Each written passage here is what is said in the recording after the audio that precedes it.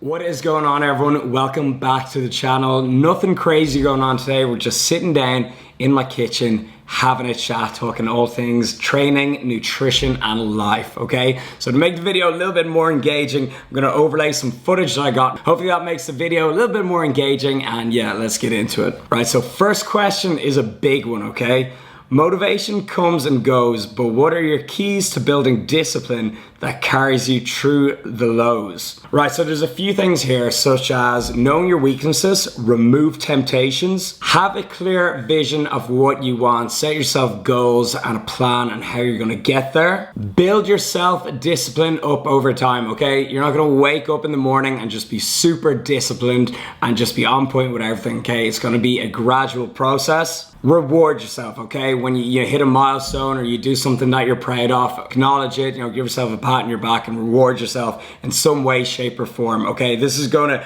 rewire your brain and say, okay, what I just did there, that's a good thing, so I'm gonna do more of that. But the number one thing for self-discipline, for me anyways, personally speaking, whether it comes to productivity, diet, or training, is habit, okay? There's an amazing book called The Power of Habit. I recommend you guys read it. But once you get in the habit of doing something, it becomes just effortless and second nature. So one thing I find very easy is working out. I definitely find that easier than nutrition or, productivity. Is definitely going to the gym, training, weightlifting. Again, it's just wired into my brain. I kind of base my day around it. It's kind of like the most important part of my day. It's like the anchor of my day, okay, is to work out. And I've wired that into my brain over the course of a few years. I absolutely love it. And so that for me is very easy. A lot of other things do not come easy to me, but going to the gym is very easy because I've built up the habit.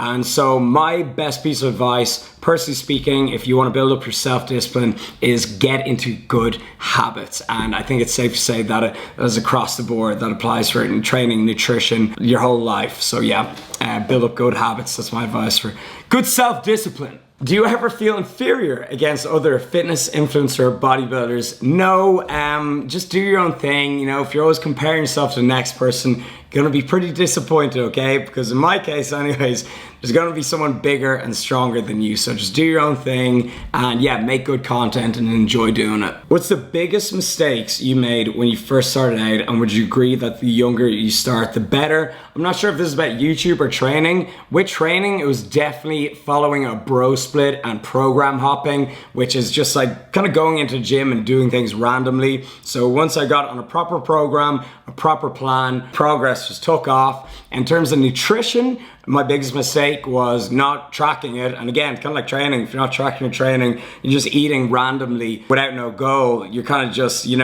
shooting into a barrel. Is that what the saying goes, like shooting into a barrel? Shooting into the dark. So yeah, with training and nutrition, I would say tracking your workouts, make sure you're getting stronger, and tracking your calories and your macros. Make sure you're either eating enough to gain weight, or if you want to lose weight, make sure you're in a calorie deficit. And in terms of the younger the better, yeah, for sure, you're just gonna have more of a training age. So I only really took things seriously when I was like 21, I'm 27 now, so I've only really had 6 really consecutive, consistent training years under my belt. So if I took things seriously, maybe 3 years earlier, I'd be coming up to 9 years, 10 years. So yeah, the younger you start, the better, but obviously you don't need to be doing all this when you're 10 years old. And in terms of content creation and my career in the fitness industry, of course I made a ton of mistakes at the start. The main thing is that I did start. And in terms of the younger the better, putting out information online, I would say not exactly. A lot of the guys that I follow online are all like Joe Rogan, Gary Vee, to name 2. They're all well into their 40s. Joe Rogan's in his 50s. So you build up more life experience and you've kind of got more to say and more to bring to the table. In terms of like content creation, it doesn't really matter what age you start at. The important thing is just starting. What do you recommend doing when you've hit a plateau and also getting bored of the same workouts? Okay, so in terms of hitting a plateau or plateau, we know we can't pronounce words on this channel, right? Just give me a break. First thing I'm gonna say is eat more, sleep more, okay? They're the obvious answers, and this goes back to what I said earlier on in the Q&A. is track your calories. So many people, especially these hard gainers, okay, they claim they're eating enough, they track their calories, and they're really not, okay? And the same goes with the opposite. People that say, I can't lose weight, they track their calories, they think they're eating a certain amount, and they're just not, okay? We as human beings are actually terrible at monitoring our food intake. So again, you know, if you're not getting the results you want, you gotta be kind of real with yourself, be honest with yourself, and be more diligent. And then with sleep, this is something that you also kind of need to track as well. I actually started watching some Matthew Walker recently, and I've really realized the importance of sleep. Like, it's just so huge when it comes to performance in sports, bodybuilding, everything. And it's even shown to make you more diligent with your diet. So when we're tired, our cravings go up, and you know, we're tired, we're looking for energy, and we make worse food choices. So I found that very interesting. Again, Matthew Walker's stuff is amazing. So eat more, sleep more are gonna be my first recommendations. If you're bored of your workouts, I'd say get on a new program, but don't just program hop to a different one every week, okay? Give it time and be patient, because if you're constantly changing program, how do you know if you're progressing, okay? So you gotta have some consistency, especially with your compound movements. You could also be facing a little bit of burnout, okay? So give your CNS, your central nervous system, a break, have a bit of recovery time, and you can take a deload, which is basically when you cut your training volume in half, or some people just take a week off altogether and relax, okay? There's also something I like to call life deloads, whereas if you've got a holiday coming up or a vacation, some time off, and you know you're not gonna be training hardcore, you know you're not gonna have access to a proper gym, you can taper your intensity up to that week. So you increase your volume, your training gets more intense, and then on that week you have a kind of a planned deload. So life deloads are something I definitely recommend, and that's something that I do when I'm traveling, okay? I'll train super intense leading up to that, and then I'm gonna have a little bit of a deload during that holiday time. And then when I come home, ramp my volume back up again. So yeah, life deloads or deloads in general are great when you've hit a plateau. You can also just try something new for a little bit, okay? You know, there's so many different forms of exercise nowadays, different forms of training. Don't be afraid to just, you know, get outside your comfort zone, try something new. Like if you're always just doing like, you know, less cardio, 45 minutes on the treadmill, you know, maybe do a HIIT class in your local gym one day, or maybe do some, God forbid, CrossFit someday. You know, go on a hike, something to just change it up a little bit. Lastly, to break through a plateau, do some priority training, okay? If you want to get better at squats, you're gonna need to prioritize them, right? So put them first in your workout, really focus on them and make them a priority. When you walk into the gym or when you plan out your training goals for the week, you say, I want to increase my squat this week, okay? You can't just concentrate on every single exercise. You'd be a jack of all trades. So prioritize the lifts or the exercises that you want to get really good at. Does your motivation to train change much when you're in a relationship? Okay, we've all seen those memes, single versus in a relationship, and there is a bit of truth to them for sure, but I think it really depends on what kind of relationship you're in. So in most of my adult life, I have been in a relationship, and during those years, I've always, you know, been in my best shape. I was single for most of 2017 and 18, and of course, you know, still training away then, but when I was in a relationship, and I'm in a relationship now, it hasn't really changed much, but I do get it. You know, you're going on more dates, you're going on more meals out, you're sitting up on the couch watching Netflix, chilling out a little bit more. I do get it, but I think it just depends on the type of relationship you're in, and that is very important for me. The person that I'm with needs to be into fitness. They need to, you know, live a healthy, active lifestyle, as that's my career. That's what I'm all about. So yeah, that is like a deal breaker for me. But to answer your question, no, it doesn't change. And I think it's about what type of relationship you're in. What would be your best tips to give someone to have a successful fitness YouTube channel? If you find out, please let me know. In today's day and age, what's really important and what stood out to me is kind of production quality. Like nowadays, really people are leveling up with their editing and their content, their creativity in general. I still do think the most important thing is just starting. So picking up your iPhone, the iPhone 11 Pro, like I started out to use the iPhone 5. The 11 Pro, like y'all got no excuse. It's honestly, it's better. It's better than like my Sony A7 in some ways, right? Okay, it's crazy. So the most important thing is obviously just start, but I think really informative and high production quality is what's going to stand out these days. And again, just nailing the title and thumbnail, most important part of YouTube. Unfortunately, you can make the best video ever. If you title and thumbnail it wrong, then it just gets no views. And again, you can do the opposite. You can make really crappy content, but good title and thumbnail, people are going to click on it. I think informative, high production quality is the current go-to in the fitness industry. So yeah, I need to do a little bit more of that myself. What body fat percentage do you have to get to start seeing abs? It is going to depend on a few things. Number one being the individual's genetics. We're all predisposed to hold body fat in different places. I hold body fat around my chest, especially the lower chest and the middle of my chest. And I notice when I get really lean that my chest looks a lot bigger because it pops out, it's got more definition. The lower back is also somewhere that I hold it, and I actually don't hold too much on my abs, where the next person will be the complete opposite, okay? They'll hold it all on their belly and they'll have like nothing really on their chest and shoulders. So everyone is very different, and genetics is gonna be the biggest factor there. And also muscle and size is going to play a big part too. So you see people that have a lot of muscle, there's going to be muscle pushing up against their skin, so they're going to look a lot leaner, and they're probably going to be able to get abs showing a lot at a higher body fat percentage than someone who's skinny fat. Around between 15 and 10% you're going to start seeing some abs, and then 10% you should have a good six pack, and then below 10% you're starting to get shredded. How are you able to find the time to work out when you have other huge commitments in front of you? So again, I just make it a priority. And I watched this Instagram clip that The Rock, again, you know we love The Rock on this channel, I watched a video that he put up on his Instagram, and he talked about how his workouts anchor his day. And he is someone who, I don't think there's anyone who's got more going on than The Rock. I actually really don't, okay?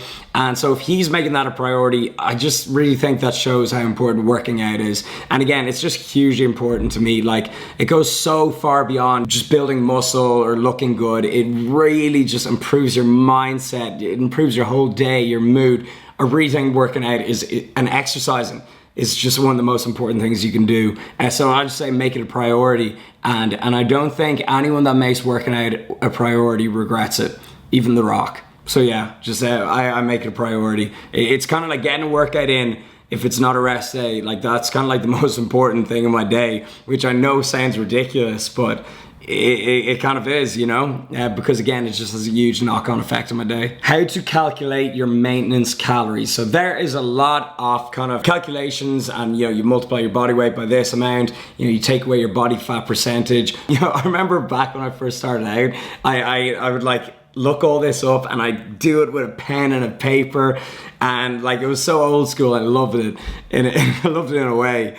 But nowadays you can just Google TDE calculator, which is your total daily energy expenditure calculator. Again, you just put in all your details and it'll do it up. My app, Lipsett Fitness app, again, you know, a little plug here. It also does that, and it gives you your macros for the whole week and daily, and builds a meal plan around them. So again, check out my app. It's in the description box. It'll help you with that. But yeah, you know, Google TDE calculator. But again, if you want a more detailed plan, you can hit up my website below. So yeah. Have you ever done the keto diet?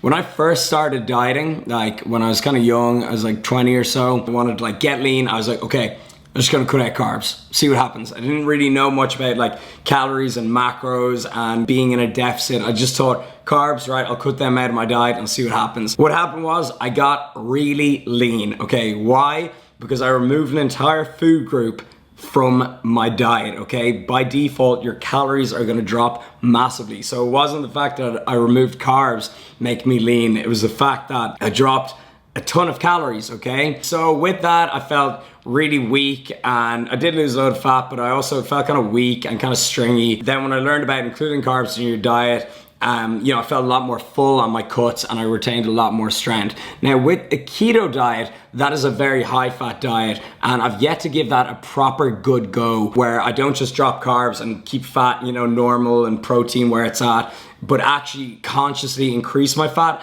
I've yet to give that a proper go. Again, I'm not like too much of a believer in it. I know like a lot of people say it gives them a lot more mental clarity. I get that. You know, if I have a huge bowl of oats in the morning, I feel sleepy, but at the end of the day, it's just gonna be down to a caloric deficit. So whether a keto diet helps you stick to that deficit, or if you like carbs in your diet, whatever you train better on, it's gonna be down to personal preference. And like, don't say either has some magic to it, okay? If you start saying, you know, certain approaches are magic, well then, you know, it just all becomes a bit quackery, okay? And just a load of BS. So right, rule number one is get into a caloric deficit, set your protein intake, carbs and fats, do what you personally prefer to them, and that's my take on it. But again, you know, keto diet, I see how some people like it. It helps with their appetite. Protein and fats is very satiating, and you know, maybe one day I'll give it a go. It could be a fun experiment for this channel. Is there such thing as good and bad protein, or does it not matter where you get it from so long as you hit your goal? Yes, there is. Certain proteins have higher quality and more bioavailability. So for example, egg whites and dairy would have a big amino acid profile and are classed as more bioavailable and again, higher quality proteins. But the main thing is really just the total number at the end of the day. And if you're eating, let's say, you know, over a gram of protein per pound of body weight, which is a very general recommendation. If you're eating that much, then all your bases really are covered because you're kind of eating more than you need. And that the main thing is going to be the total number of grams of protein you eat a day. So again, protein quality is of course a real thing. It is of course important, but if you're eating enough protein, the total amount is what's really going to matter. So again, vegans, go easy on me, right? I'm with you guys. As long as you're hitting your macros, I'm cool with that. What has been your favorite trip this year? As always, I think it is the Maldives. There's just something crazy about that place that it just doesn't seem real. When you're there, you're just like, am I in a simulation? Like that's what I kept thinking when I was there. Maldives is very chilled, very relaxing. I definitely just recommend going there as a couple. It's not somewhere you go with the lads. But after that, I'd say Bali is amazing. Again, it's absolutely beautiful. There's a big buzz around the place and yeah, it's great. How would you deal with minimizing muscle loss if not able to train for a long period of time while sick or on holiday, etc.? My two recommendations are going to be get in sufficient protein and calories, and two is do what you can, okay? Doing anything resistance related, push-ups, anything that doesn't, you know, hurt you or injure you or, you know, make your sickness worse, or even if you're on holiday, you can do body weight workouts. Literally just do what you can, and that will help with retaining muscle. There's actually a very interesting study done, and when you've gained muscle naturally over a long period of time, it's actually quite difficult to lose, okay? So again, don't worry about it too much and just do what you can and focus on getting back into the gym when you can. How do you smile so flawlessly while hardcore flexing your abs? I'm not sure if this comment was serious or not. This is a picture it was commented on. Funny enough, the story behind that is my first men's physique show. I remember I had a posing coach and he said, what you gotta do is basically learn how to do that. You gotta learn how to keep a happy face, smile and flex and stomach vacuum. Flex your abs as hard as possible when you're on stage. And I honestly practiced that for weeks. And I think it must have carried over to Instagram. So that is how I learned from my first men's physique competition and my posing coach. Oh, would you look at that?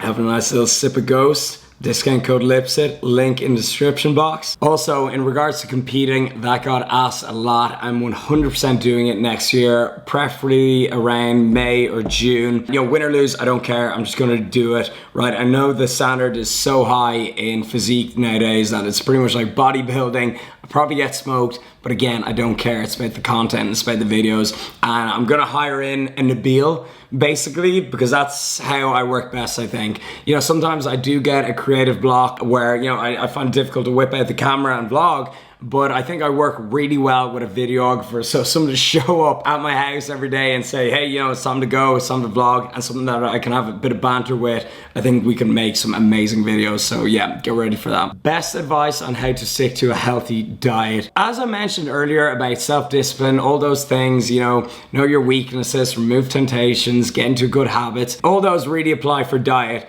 But another thing I'm gonna say, to be more exact, is get good at cooking, okay? Learn how to make your meals taste good. Or again, you know, use a meal prep company like NutriCrick, whatever it may be.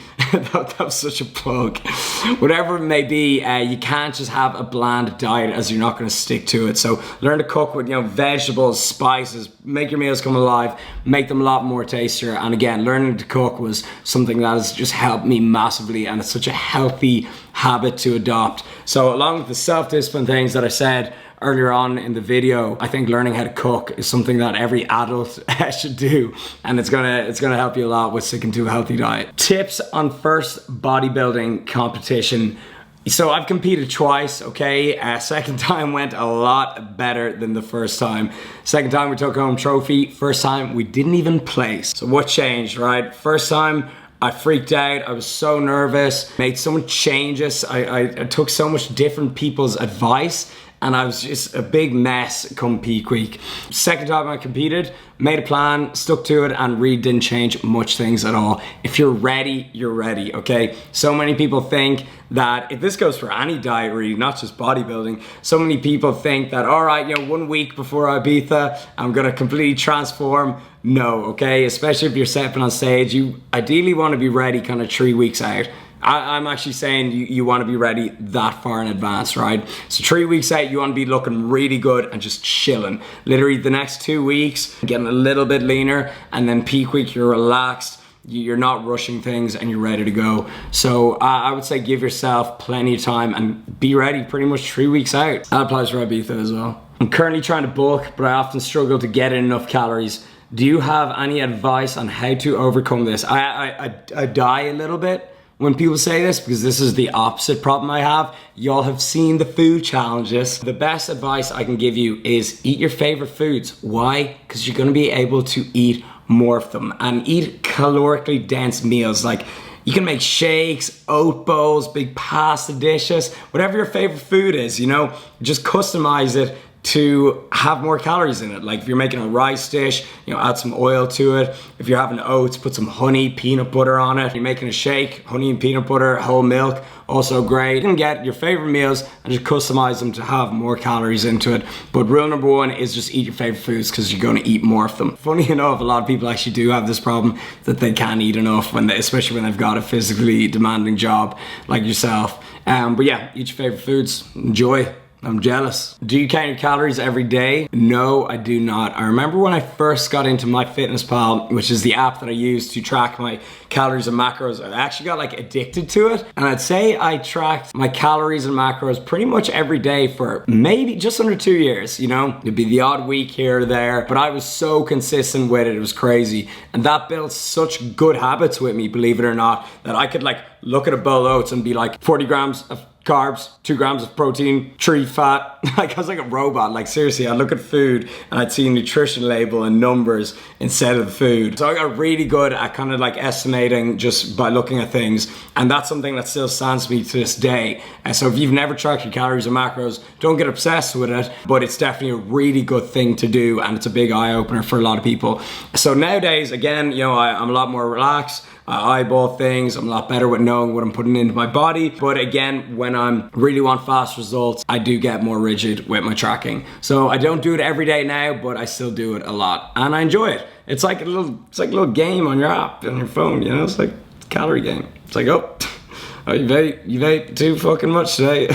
Do you ever follow a split other than legs push pull? I do, of course. Definitely ran some really good 3-day full body programs, some really good upper lower programs as 4 days a week. But when I'm on point with everything, what I've seen the most results with and what I really enjoy is legs push pull 6 times a week. And again, there's another question here about when are my ebooks coming back. They will be back in the next 2 weeks. Within the next 2 weeks, I imagine. The reason this year I took them off my site is because I wanted to concentrate on promoting my physical book and my new app. But they've both done really well. So the ebooks, they're just $9.99 one-off things. So many people bought them and really enjoyed them. So they will be making a comeback. So yeah, legs push pull is my favorite split. I find it really enjoyable to do. And yeah, that ebook will be coming back soon. What's your favorite kind of music to listen to when you work out? Probably old school Eminem, rap in general.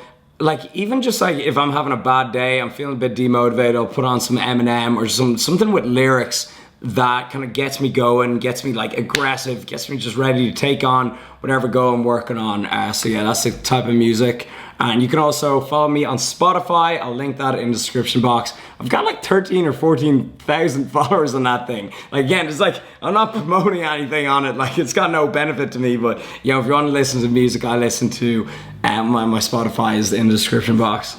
How to deal with people talking bad behind your back? That's an interesting question. And you know what? Being online, I'm so used to people talking behind my back. If people are taking time out of their day to talk about you, well, that's a compliment.